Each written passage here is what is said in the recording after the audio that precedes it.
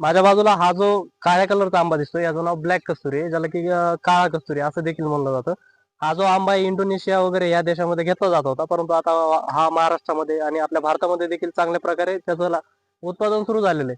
आता आपण बघतोय मराठवाड्यामध्ये महाराष्ट्रामध्ये आंब्याचं क्षेत्र मोठ्या प्रमाणामध्ये वाढत आहे. पण लोक कोणत्या आंब्याची लागवड करत आहे? केसर आंबा असेल, तोतापुरी असेल, त्यानंतर मल्लिका असेल, हे जे आंबे आहेत ह्याची दशेरी वगैरे ह्याची लागवड आता मोठ्या प्रमाणामध्ये लोक करत आहेत. परंतु याचा जर रेट जर आपण कम्पेअर केला, साधारणपणे जर केशरचा विचार केला, तर चांगल्या कंडिशन मध्ये जर आंबा चांगला असेल, रेट चांगला जर भेटत असेल, तर आपल्याला 100-120 रुपयापर्यंत त्याचा रेट मिळतो.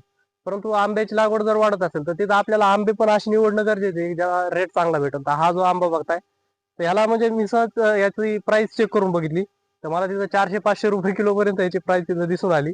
तर अशा पद्धतीने जर तुम्ही काही वेगळ्या प्रकारची जर लागवड तुम्ही करू शकत असाल, तर त्याचा प्रयत्न आपण नक्कीच केला पाहिजे, ज्याच्यामुळे आपल्याला शेतीतून चांगला फायदा होईल.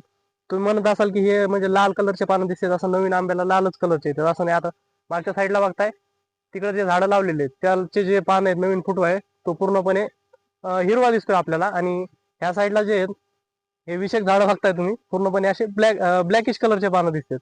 आणि फक्त नवीन पानच नाही तर जुने पानं जे आहेत ना, ते पण थोडे असे काळपट पडलेले दिसतात. याच्या शिरा बघताय तुम्ही, अशा काळ्या काळ्या पडलेल्या आहेत. आणि ह्याचा जो आंबा आहे तो पण असा थोडासा ब्लॅक कलर मध्येच येतो, त्याचा गर आहे तो पण ब्लॅक कलर मध्येच येतो. तर हा तुम्हाला आंबा कसा वाटला नक्की सांगा.